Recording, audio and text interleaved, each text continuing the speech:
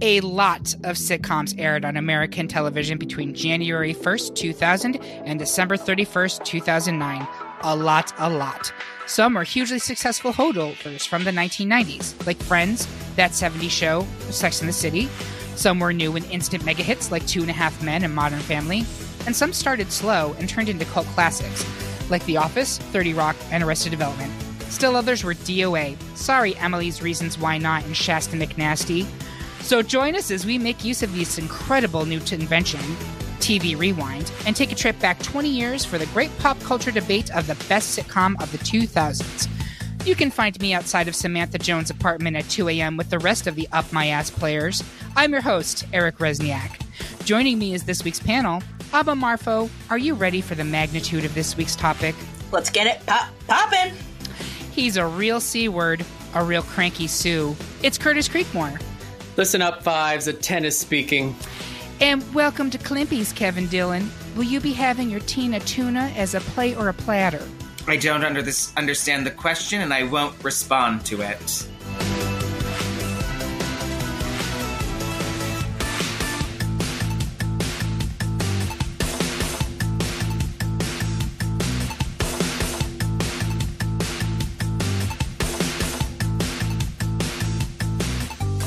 All right, so before we dive into the debate, let's go over how this works. We made a list of just about every American sitcom to air between January 1st, 2000 and December 31st, 2009. We did miss a few, and you should check out the warm-up episode over at Patreon to hear us discuss them. We had more than 60 people take the survey to pick out their favorites, and the top 32 vote-getters were ranked by popularity, added to a bracket, and our panelists made their decisions. Now we argue about it and insult each other, all for your amusement. Want to follow along at home? You can find all of the brackets, including the one for this episode, at greatpopculturedebate.com. Make a copy for yourself, fill it out, and then compare it to our panelists' picks. Think we're way off base? Drop a comment on this episode on the website or yell at us on social media. We'll do a mailbag episode at the end of the season where you can all air your grievances. Now, let's go over the unanimous victories from round one. Those bastards from 4-seed South Park killed more than Kenny. They also killed off Fez, Kelso, and the rest of the cast from 5-seed That 70s Show. The alarming staying power of 2-seed Modern Family easily outclassed Dharma and Greg, which somehow scored a 7-seed. 1-seed The Office broke the fourth wall and broke 8-seed Everybody Hates Chris. 4-seed Community squeezed out 5-seed Malcolm in the Middle. 2-seed Arrested Development pushed 7-seed Happy Endings down the stair car. 1-seed 30 Rock gave 8-seed Everybody Loves Raymond time to work on its night cheese. 4-seed How I Met Your Mother slapped down 5-seed Big Bang Theory. And finally, 2-seed Will and Grace just jackknifed 7-seed Family Guy. And now, it's on to the debates. 3/4 of us preferred 1-seed Parks and Recreation to 8-seed King of the Hill. Amma, why are you dying on this hill? So, while I will preface this by saying that I love Parks and Rec, I have several elements of merchandise. I'm recording this facing a customized pyramid of greatness that a group of students made for me that I've had since, 2011. So I do love it, but I did want to make sure there was a place in this conversation for King of the Hill because it was doing something really special when it was on. I grew up in the South, and thinking about what a lot of shows kind of showed of what the South represented, I think it did something special and something a little bit different in showing what that could look like. I also feel like as we're in this rash of shows getting rebooted, one of the shows that I found that I wanted to see perspectives of the characters of right now would be Bobby and Hank. I think it would be an amazing thing to kind of explore and see what are they thinking about the way the world is now? What would those conversations look like? What would those new plot points be? And while I do love Parks and Recreation and have rewatched it recently, I think there's still more hanging pieces for me that I'm like, I want to continue in those stories. So for that reason, I did have to speak up on its behalf. So let me ask you this question. If they were to reboot King of the Hill, would you want it to stay with Bobby as a teenager, or do we fast forward to Bobby as an early adult, maybe having his own family? I like the idea of keeping it as it is. I think there's something about animation that lets you kind of stay within a certain time period. And I'm not really somebody that wants to see that world continue. I'd like seeing 13-year-old Bobby kind of challenging early 40s Hank and seeing what that dynamic looks like in the world that we're in now. That's nice. And I will say this, my vote is up for grabs here because I'm going to let Curtis treat himself by praising Parks and Rec. But I think there is an elephant or a little Sebastian in this room that we need to address with Parks and Recreation. Curtis, take it. So first I want to say to all the listeners, there was a late scratch from this list. And originally this 8 seed was not King of the Hill. It was Married with Children, until Curtis was doing his research and found that Married with Children stopped airing in 1998. So we had to add something to the ballot, and it was the next highest vote getter, which was King of the Hill. And as this was added, it was one of those things where it was an easy, like, slam dunk. Parks and Rec would have gone straight through. And then when I saw that this was the choice that was made, I literally went, oh no, like physical pain having then to decide between these two. And I kind of felt the same way. And I debated this one back and forth in my mind ever since Eric told us that King of the Hill was making it onto the bracket. Everybody knows that Parks and Rec is, in my opinion, but I think a lot of people's opinion, one of the greatest sitcoms of the past 50 years, all told. It is Black Mirror, but without the horror aspect. It is a mirror that is held up to the public eye, and you would say that it is occasionally indistinguishable from videos of random Karens who show up to city council meetings to yell at their city councilors. If you put them side by side, you're really not sure which one is the comedy. It is eerily prescient in 2020. Right. There actually have been supercuts. Like, there are some, as someone who grew up in the questionably behaving state of Florida, there are videos of Florida city council meetings that are intercut with citizens yelling in Pawnee. So as someone who is now enduring that as part of her personal legacy, it exists. And it is, again, nearly indistinguishable. I think I guessed wrong on a couple of them. But everyone also knows that the first season of Parks and Rec is one of the worst seasons of sitcom television that has ever been made. I'd agree. I would actually argue that Parks and Rec has the best turnaround from season 1 to season 2 of any show out there. I would grant it that, absolutely. It's definitely up there. I think that's my struggle. I'm not a big King of the Hill fan, to be honest with you, though, either. So I was a little torn too. I personally can't watch. It's not my thing. I just don't. It's not my sensibility. It's not my sense of humor. I even find the first season of Parks and Rec better, which is not saying much. Ooh. I mean, it's just my humor. Like, I'll talk with friends about like certain shows. I have friends who are watching Last Man on Earth, and I know that it is probably a well-made show. I just don't like Will Forte, and the humor just doesn't work for me. So it's like, that's why for me, even though season 1 of Parks and Rec is a pale imitation of what, it's basically a copy of The Office, I'd still vote it over personally. That's where my vote would land. But I have to say, Amma, I could swing it to King of the Hill. I loved King of the Hill. I would watch it when I would come home from work, I guess. Jesus Christ. But I thought it was a really charming show. It was very well written. There was a lot of heart in that show. Curtis, where are you on this? Like, everything you just said is a good point. Like, if we were doing sitcoms of the 2010s, Parks and Rec should be a 1 seed. Of the 2000s? So here's what I found.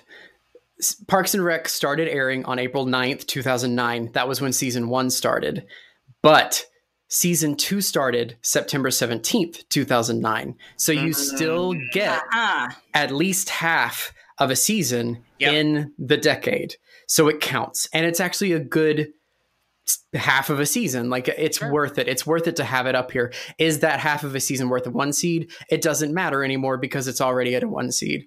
I love King of the Hill. Amma, I didn't know you were from Florida. I'm from Kentucky. So this it is one of my favorite animated shows ever made. Peggy Hill is an icon. Oh my gosh. Yes. Yes. Everyone who has ever met my cousin says that he sounds just like Boomhauer. Oh, wow. Oh, yeah. The episode where Bobby starts kicking bullies in the crotch is amazing. That was just so well done. And someone did a remix of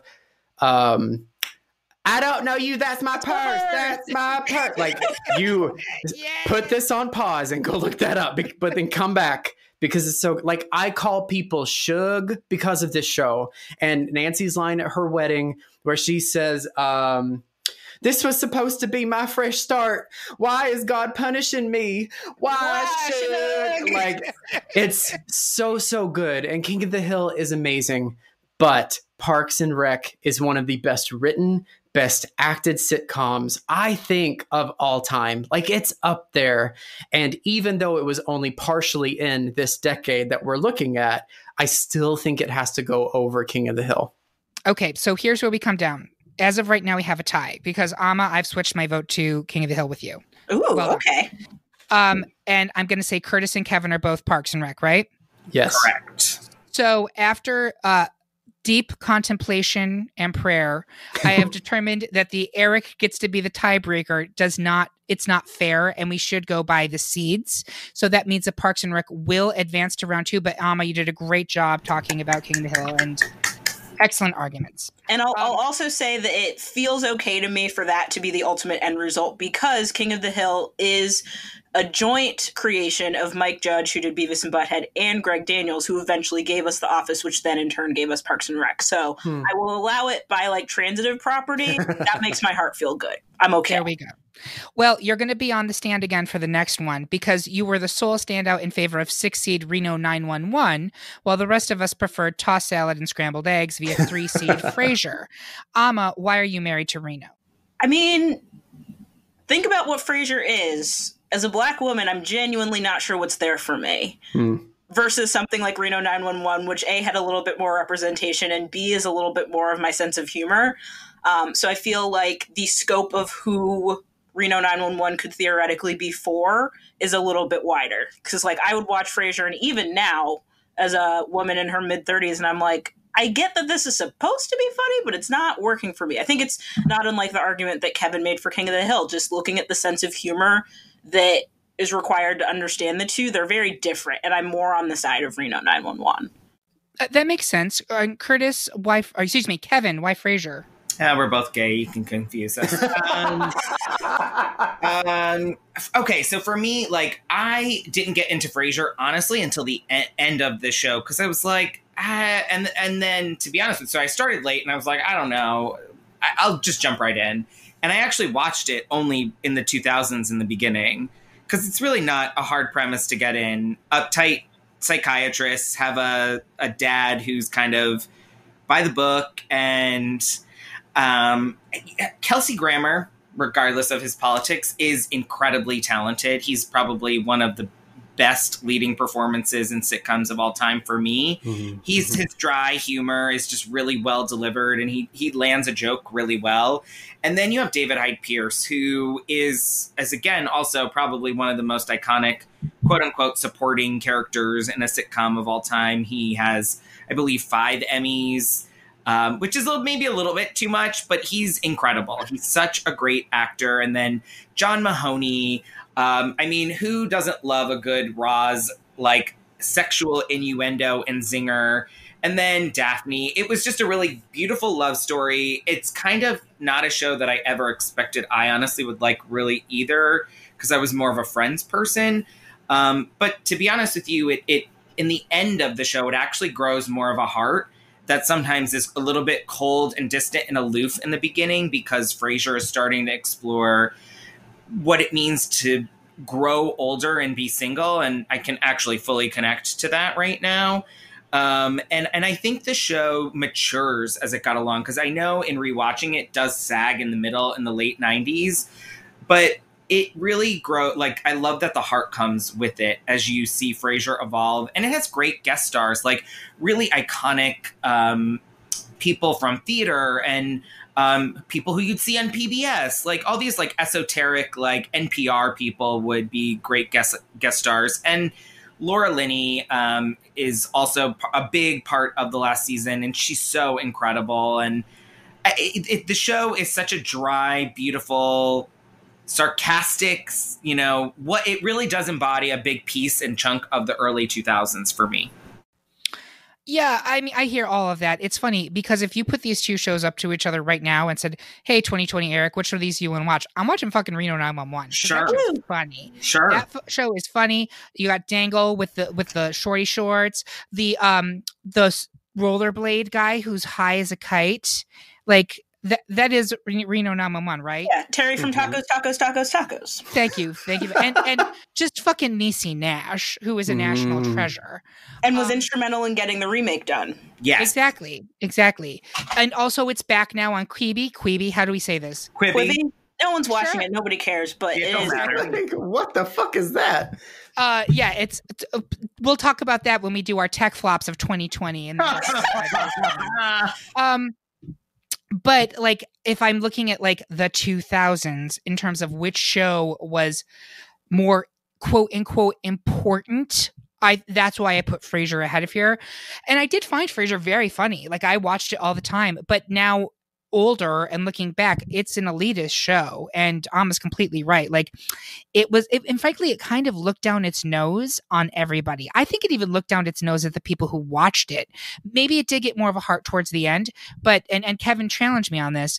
It kind of did have this kind of snootiness about it, and I'm like, you're a spinoff of Cheers. Like, I kind of agree with that, but the John Mahoney character really challenges that aesthetic, honestly, and does a good job of it because he's the most well-liked cast member by most of the folks who watch that show. And he really challenges that relationship between father and son. And I think that's also where the heart comes in with the show, with their relationship, because you do get a snobbiness, but you get this cantankerous old guy who's like, you guys are just like, calm down, like get over it. Like stop thinking so much. And like, that's where you get these two guys who overthink everything and do look down on people to like grow up and evolve. And it's through their dad. And like, that's why I think it's such a great ensemble. It really, it really is. That's a good argument. And it's helping me feel better about it. Curtis, where are you coming down on this one? Absolutely, Frasier. Okay. I'm saving all of my arguments for round 2. That's fine. And like I know I feel bad because like you keep being the one who's off on these first couple, but if it makes you feel better, in the last section of bracket 1, I'm the one who's completely out there on my own. So I hope you don't take that personally. Not even a little bit. It doesn't bother me. Great. All right. So we will advance Frasier to round 2. Next, in an HBO battle, 3/4 of us, not coincidentally the gay men on the panel, preferred 3 seed Sex and the City, while Alma went with 6 seed Flight of the Conchords. Alma, why are you taking Flight? Me again, caping for the musical ones. Yeah, so I love a musical. I love anything with music in it. I was a big fan of Flight of the Conchords before they got a show. And the way that they managed to translate the songs that they had already written into cohesive plot lines was just something so smart and really, really interesting, and that I hadn't really seen before, and that other shows, I think, got to do as a result. So something like Garfunkel and Oates wouldn't have existed without Flight of the Conchords.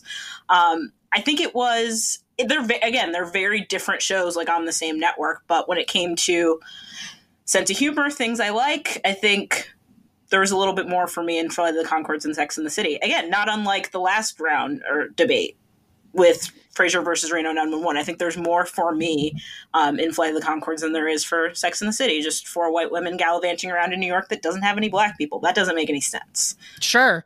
And like, that's the thing. We'll just acknowledge this right off the top of the bat. Sex and the City does not hold up when you actually look at it in terms of, is this an actual representation of what it was like to be a single person in New York City in the late 90s, early 2000s? No. Flight of the Conchords really does. Right. But also, and I think this was pretty clear with Sex and the City by the time you hit like season 3, maybe even earlier, this is not a story about 4 single women living in New York. This is a story about 4 gay men who are being embodied by women and living single lives in New York. Let's just be real. I mean, you had Michael Patrick King, who was doing the writing for this show. It was a Darren Star production. These were gay men kind of living out their fantasies through these characters. That is not in any way to kind of dismiss the amazing work that was done by the actresses on that show, which I think it's a very strong ensemble cast. Like all 4 of them are great. And I think people can come at me for this. I actually really like Carrie, and I like her arc. She can be deeply unlikable in parts of that show, for sure. But it's the same argument I had when people were shitting all over Looking and the lead character in that one played by Jonathan Groff. You don't like to look in the mirror. Because every gay man I know who hated Looking said, I don't like that character Patrick because he's not believable. I was like, Queen, Honey, that that's is exactly you. who you are. That is who you are. And Could so the same thing- you could you imagine if they had like if Sex and the City had finished in the same way that like Roseanne had, and it ended up being this gay man that was writing this like novel or something, and it was actually exactly what you're saying, like because they knew that people would not watch a show at that time about four gay men living their lives and, you know, being promiscuous or whatever, and just coming to terms with being gay, so they had to like make it into this stereotype of women. That would be so fucking interesting. It would have been very interesting. And they were never going to do that because that's not the show that it was. They wanted to give you a fairy tale ending. And to be fair, so there is actually a podcast called Origins. I would also like to plug that podcast. It actually details the origin and play out of the whole series, including some of the film of Sex and the City. It's a fascinating listen. I think you're spot on with Sex and the City. There's both a brilliance in it, in the way it takes place. Obviously, most of it was, you got to see the episodes in the 2000s, but it's really about women in the late 80s, early 90s, because it was based on Candace Bushnell's books and articles from them. Yeah. So you get you're seeing maybe a little bit of a dated perspective in that in some capacity. They also, to some of their defense, they did have a lot of women in their writer's room. And again, it's all white women, though. Like, so this is a very white New York story. It's like, what if Ramona Singer from Real Housewives of New York? Oh, that happened eventually. Okay, that's how we got there with some of these women. So I think I love Sex and the City. I think it's really funny. I'm sticking with it. Yeah, and I think it is a very funny show for all of the faults that because I did a shit job like saying why this should advance. It's a really funny series. Like even that last season where you have that amazing episode with Kristen Davis. Yep. Mm-hmm. And she's at the party that's being hosted by Candace Berger, and it's the whole, oh my God, I'm so bored I could die. Like that moment was fucking great. But there were moments like that through the whole series. Like I still quote this show all the time. It's a very funny show. It was a cultural moment. Like it was a thing. Like we have Appletinis because of Sex and the City. Like you can't play down its cultural relevance in the 2000s.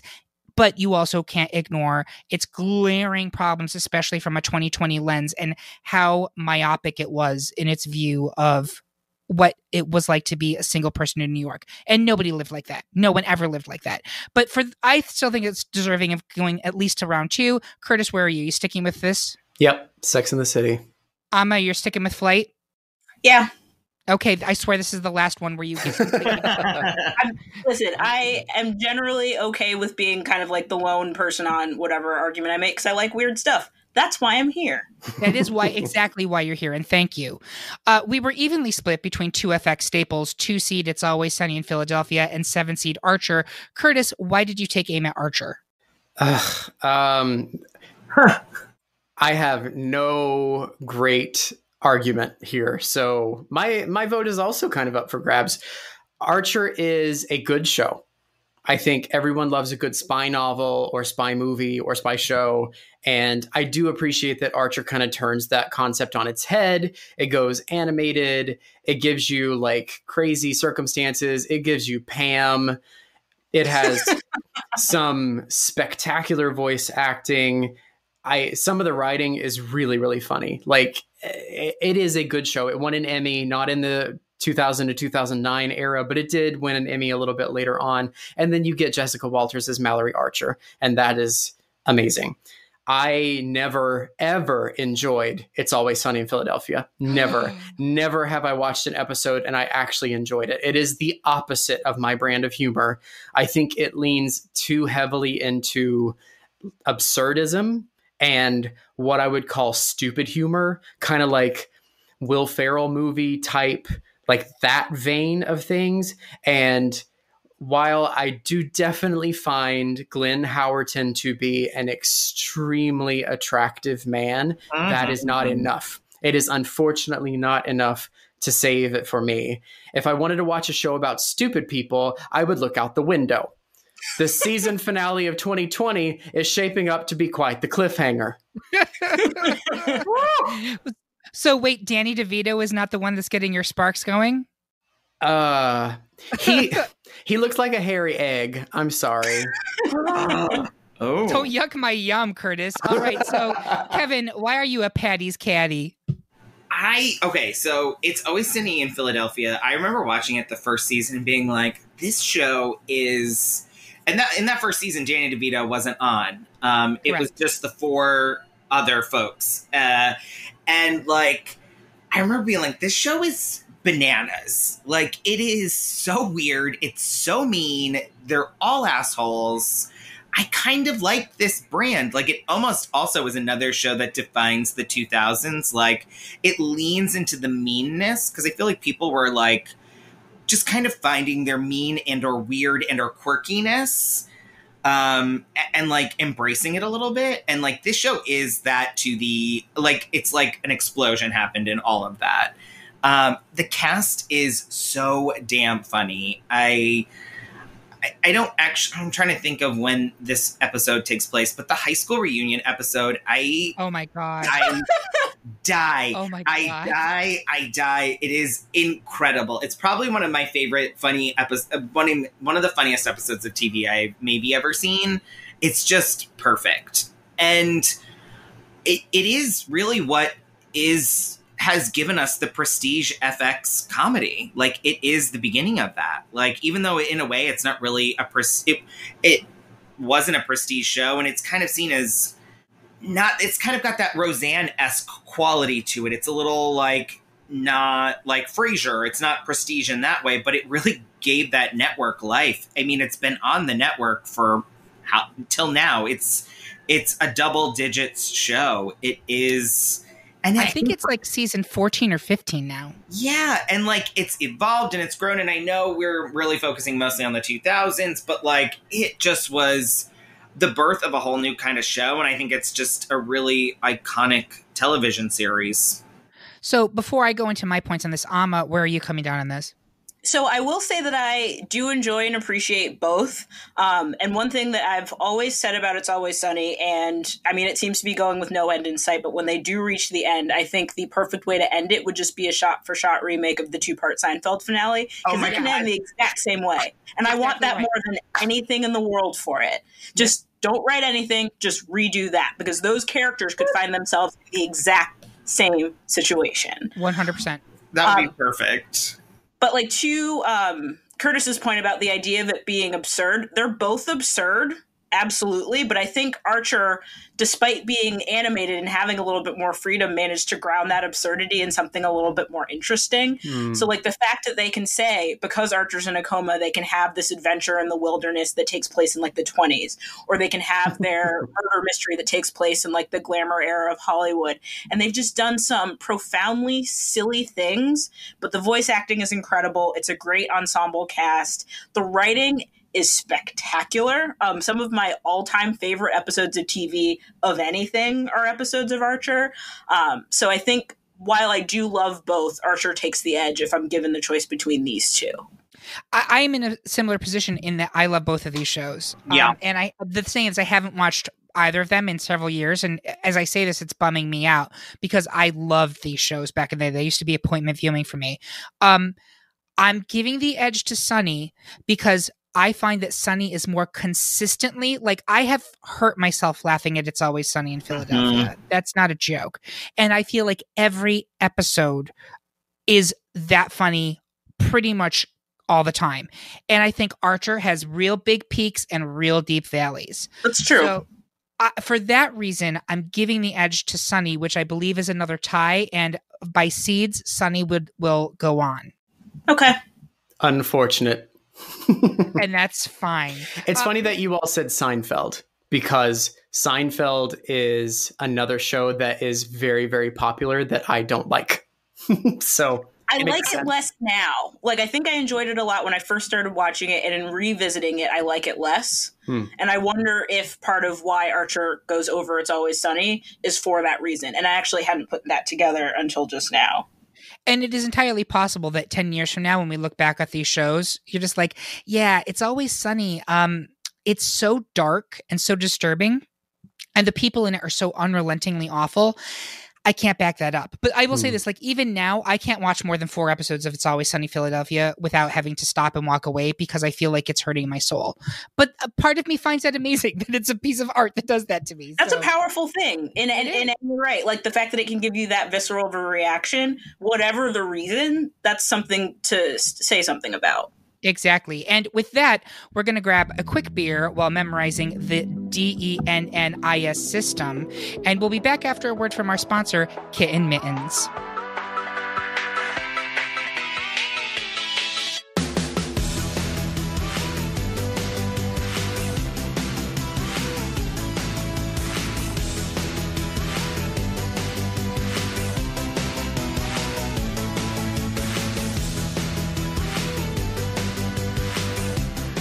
Welcome back to round 1 of the best 2000 sitcom. We have another deadlocked matchup, 1-seed Scrubs versus 8-seed Ugly Betty. Curtis, explain why you're giving Scrubs your life support, while I will give Ugly Betty a facelift. Let me level with you.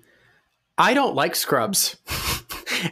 It is not a super enjoyable show for me. It was fine. It was feh.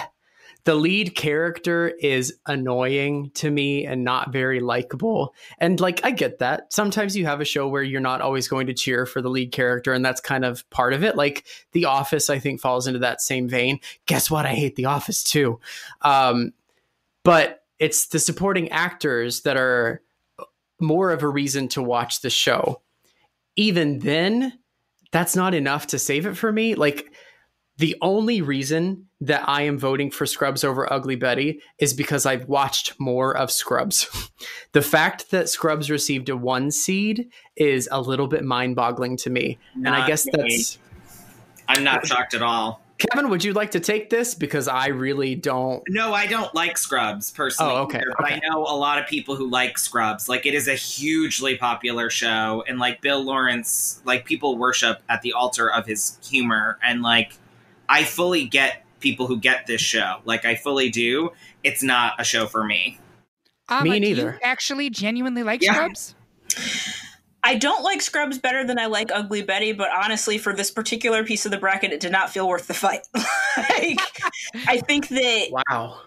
I also think that Ugly Betty does something a little bit different. Yes. So I think Scrubs, if we're talking about, like, sitcom... Ugly Betty's a little bit more of like the spoof telenovela format that we didn't really have until this show came about, that then gave us something like Jane the Virgin, which I love, but that's not exactly the same as a sitcom. So I was like anticipating the possibility of needing to go with the one that just made more sense, quote unquote, to the form as a whole, which I think Scrubs is. I do think it's inconsistent. I'll also say that, like, I know the recap podcast that Donald and Zach are doing is wildly popular. I listened to it, not super impressed, but people love it. So I guess it's just one of those things where it's like, given the choice between the two, I picked the one that was closer to the form, but not necessarily the one that I liked better start to finish. Scrubs almost sounds like it's a cult classic without being a cult classic. Like, so many people like it that it shouldn't qualify as a cult classic, but it still kind of falls into that same vein. It's kind of like how nobody will admit to liking, like, oh God, what's that terrible Canadian band that nobody likes? Nickelback. Mm-hmm. Like, nobody likes Nickelback, and yet they sold millions of records. The Eagles' Greatest Hits is the #1 selling album of all time, but who likes the fucking Eagles? Like my dad, maybe. Maybe, but my Dan. Was someone like actually forcing people to buy those albums? Anyway, I'm getting off topic. But like, okay, so I hear, Amma, you make a good point. Ugly Betty is not a traditional sitcom. You agree? I think we can all agree with that. Right. But at the same time, nobody on this podcast seems to really particularly enjoy it. I think Curtis's point is extremely well taken. The supporting characters on Scrubs are great. Yeah. Judy Reyes is great. Sarah Chalk is great. Donald Faison is great. Zach Braff is Zach Braff. He had his moment. I'm glad he had it for him. I hope he saved his money. But like, the rest of it, like, that's what I think about Scrubs. It does not excite me. Even when it was on during its heyday, and it was very popular, it was not a show that I was just like, oh yeah, I can't wait till Scrubs is on. It would always be between two other shows that I would be watching. I think it started that way, but if you're looking again at these two shows, while Ugly Betty did have a significant drop-off in quality later on, it is more consistent overall than Scrubs was. Because when Scrubs was bad, it was very bad, and it was bad for longer than Ugly Betty was. For sure. Now, Kevin, you may know this. Actually, you and Amma both may know this. The writer's strike, I believe, did impact Ugly Betty. Is that correct? Yes, it did. And in my opinion, I feel like that was when trouble started for the show. Is that fair to say? Yes. Yeah, I think that's true. I think it was season 2. It was season 2, and that was a shortened season. And then season 3 was pretty meh. And it went a little off season 2 was a little meh towards the end, and it went off the rails a little bit in season 3. But season 4 actually ended very strong. Yeah, and I remember watching seasons 1 and 4, and maybe some of 2. But I thought 1 was genius. I thought it was great. Right, yeah, it started very strong, and I think when people talk about loving Scrubs, they remember the beginning. Yeah. And I think when you get into, like, the middle and then towards it's absolutely the end, but, like, towards the tail end, like, the longer it went on, the less consistent it got. So let me ask everybody this. Given everything we've just said, is anybody here actually wanting to put Scrubs ahead of Ugly Betty? No. No. I think I have to abstain just because I don't like Scrubs, and the only reason that I voted for it was because it was a 1 seed. It was kind of like it was the popular vote. Well, we know how that turned out. Exactly. We have to exercise our vote in the way that we want to use it. I hope you've all learned a very important lesson in this very special episode of the Great Pop Culture Debate. Don't just go along with the popular choice because it's easy, kids. Sometimes you should smoke meth. No, I'm just kidding. We're advancing Ugly Betty. I love it. Is that the first 1 seed that is lost in a first round? No, okay. No, we've had others, but I love this one because we arrived at and everyone's just like, I guess I voted for it because I felt I had to. That's sad. Yeah. All right, so this time I'm the lone standout, preferring 5-seed Third Rock from the Sun to 4-seed The Simpsons. I will search for signs of intelligent life in the galaxy, while Amma takes a seat on that well-worn couch in Springfield. Yeah, I mean, again, too, and sometimes it's a little bit unfair when you look at something with Third Rock from the Sun, which had, 6 seasons? 5 or 6? I think 6. I can check that while you're talking. Let's say 6. Versus The Simpsons, which has had literally over 30. The show and I are almost the same age, but I think The Simpsons, even the earlier stuff, holds up a little bit better. Like, again, if I were to go back and watch either now, and I've watched Third Rock from the Sun and The Simpsons both relatively recently, I think The Simpsons is a better show. Even the seasons that aren't necessarily as good, versus something like Third Rock from the Sun, which, again, a little bit truer to the form, technically, but I don't think holds up as well. So here's my argument on Third Rock from the Sun. And people at home are listening to this being like, Eric, you crazy bastard. What are you thinking voting for this over The Simpsons? I'll tell you why. I don't think any seasons in the 2000s of The Simpsons are anything to get excited about. If you can pick out for me 10 amazing episodes of The Simpsons that air between January 2000 and December 31st, 2009, I would love to hear them. Because as a diehard Simpsons fan, from all the way up through at least season 10, I was just like, well, they're done. Mind you, they've been done for 20 years, but they're still on the fucking air somehow. So that is my main thing. Third Rock from Sun is not a great show. It is not. I think it's a great ensemble cast, minus French Stewart. But I think the rest of that cast is like, I'm sorry. I even as a kid, I was just like, like a teenager, whatever. I was just like, really with this? Like, no need to apologize. Even French Stewart gets it. But like to me, like Jane Curtin and Lithgow and like that whole rest of the cast is really strong. Was it great television? No. It was a high concept that had some funny jokes, but it was not terrific. But I can't really say that the 2000s Simpsons is anything to write home about. They were on autopilot by that point. So for me, rather than just give it to a show that doesn't know when to die, I gave my nod to a show that was never really great, but at least tried something and knew when to bow the fuck out. That's my case for Third Rock. That's a fair point, and I'll also say that I was glad to have this debate here so that we then didn't have to have it about Family Guy, because yeah, that's another one that is somehow still running, and I feel like should have been cut off at the knees. Oh, Really, who's four watching? episodes into that reboot, so they got canceled and came back, and the first 3 episodes were good, and the 4th one on, I was like, that's enough. Yeah. And people didn't think it was enough, so here we are. Here we are. Like, someone must still be watching those shows. Someone must be watching them. I don't know who, but they must be profitable. Otherwise, they wouldn't keep them on. So, Curtis, where are you coming down on this? Oh, that's not even a question. It's always going to be The Simpsons. Okay, that's fine. Kevin?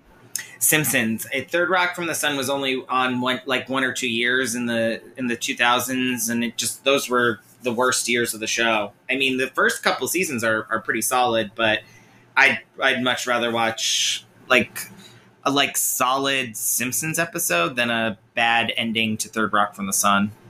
And I'm assuming, Amma, you're still on The Simpsons. You betcha.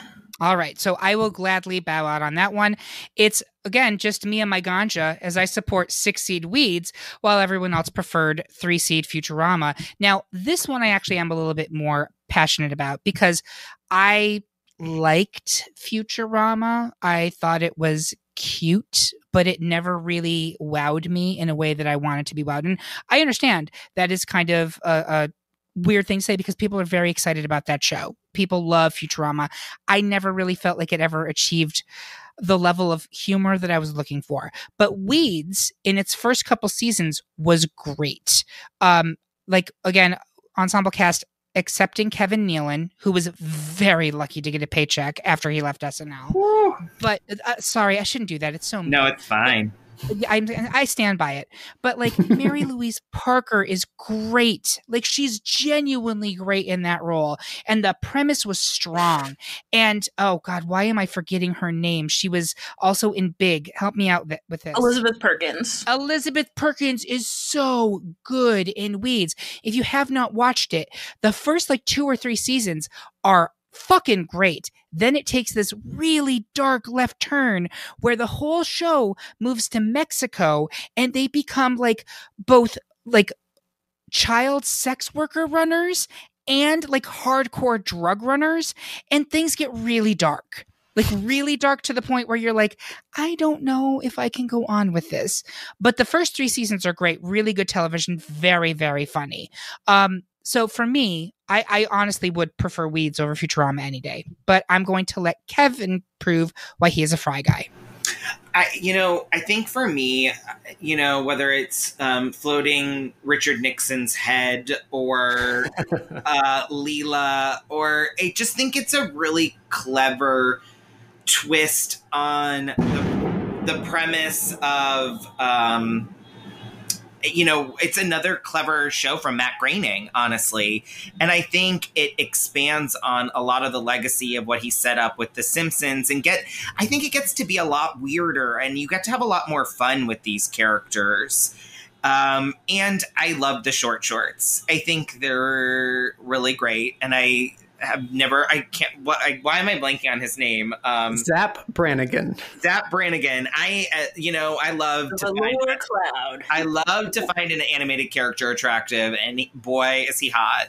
And I think for me, while I love the first 2 seasons of Weeds, and then Nancy sets things on fire, I just felt like the end was just so, it was like they were fumbling for what they should do or how they should end this. And it's, to be honest with you, it's one of my least favorite series finales of all time. I think it's just so bad. And I remember watching it, but I don't remember what happens. It's many years in the future, and they all don't talk to her, and they're all they got rid of Elizabeth Perkins at one point. Right. They lost their best pieces. And for me, Futurama was just such a well-made, consistent, hilarious TV series.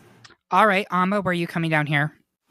I'm staying with Futurama because I think that while both shows kind of diminished over time, most shows do. We can just kind of name that as a reality. I think that the degree to which Weeds diminished is far greater than the degree to which Futurama diminished. And I'll also say that on any given day, I don't really think about Weeds very often, and I probably think about something from Futurama at least every 2 or 3 days. It comes up in quotes and conversation all the time.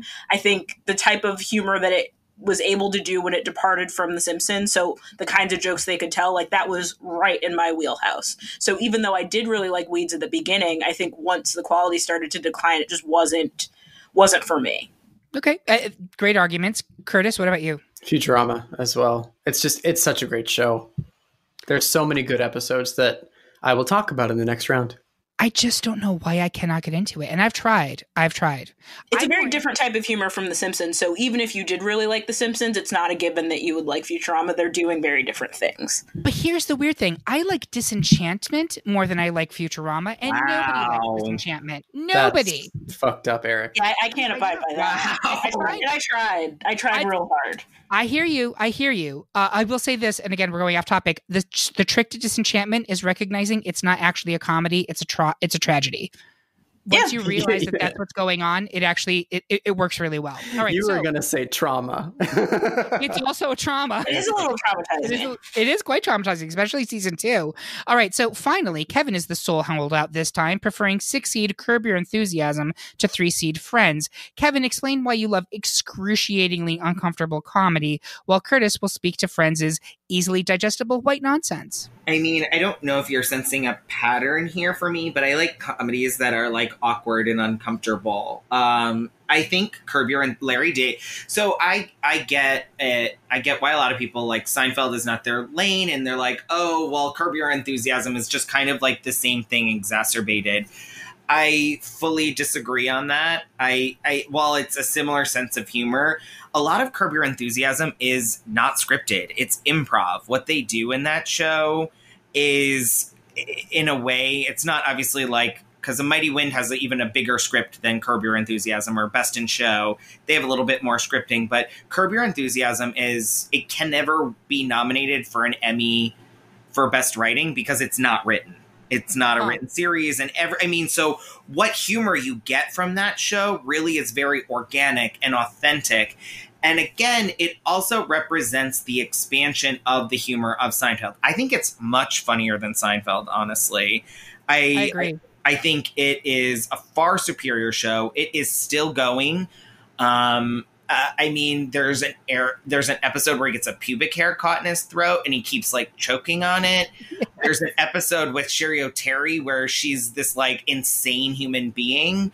Cheryl Hines is actually completely underrated and a great comedic actress. Susie Essman, you fucking moron, Larry. You are a fucking asshole, Larry. Like, she's just so great. And then, I mean, Jeff Garland's fine.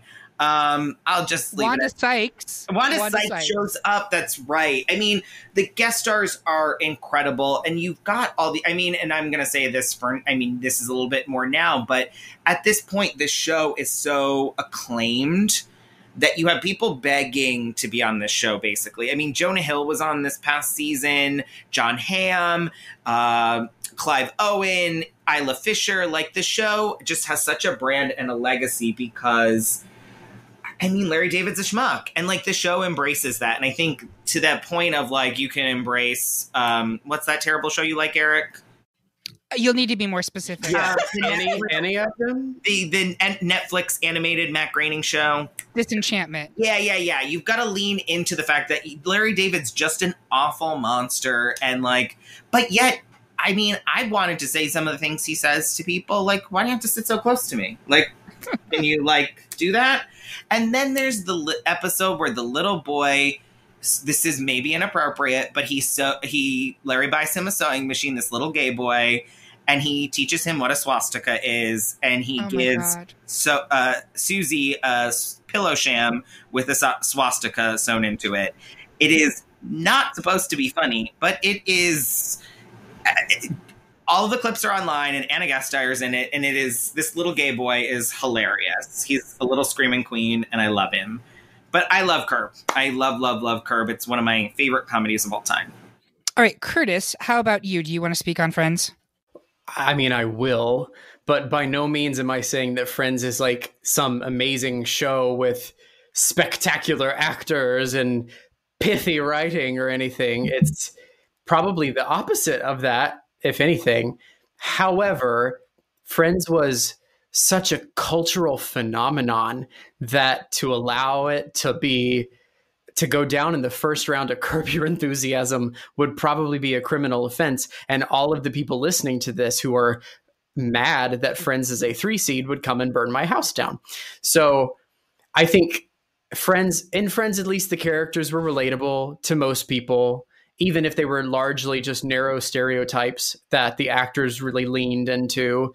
I've seen people say that if you take the laugh track away from Friends, it's not funny. And I think that is probably true in some spots. But then you have some episodes like the one where they have the contest to see who remembers more about the other friends, like that trivia contest, and the winner takes the better apartment. That is good TV. That's my favorite episode of Friends. Sidebar, that apartment in New York City. Oh my God. Even in early 2000, multi-million. There's no way. No way. No way. That Two bed, one bath. in the 90s. Right? Was it? Yep. Oh. All right. So let's go ahead and figure this out. So, Amma, are you still sticking with Friends? I am. I'll say this about Curb. So, Kevin, you had mentioned Origins with Sex and the City. I also listened to the Origins season about Curb Your Enthusiasm.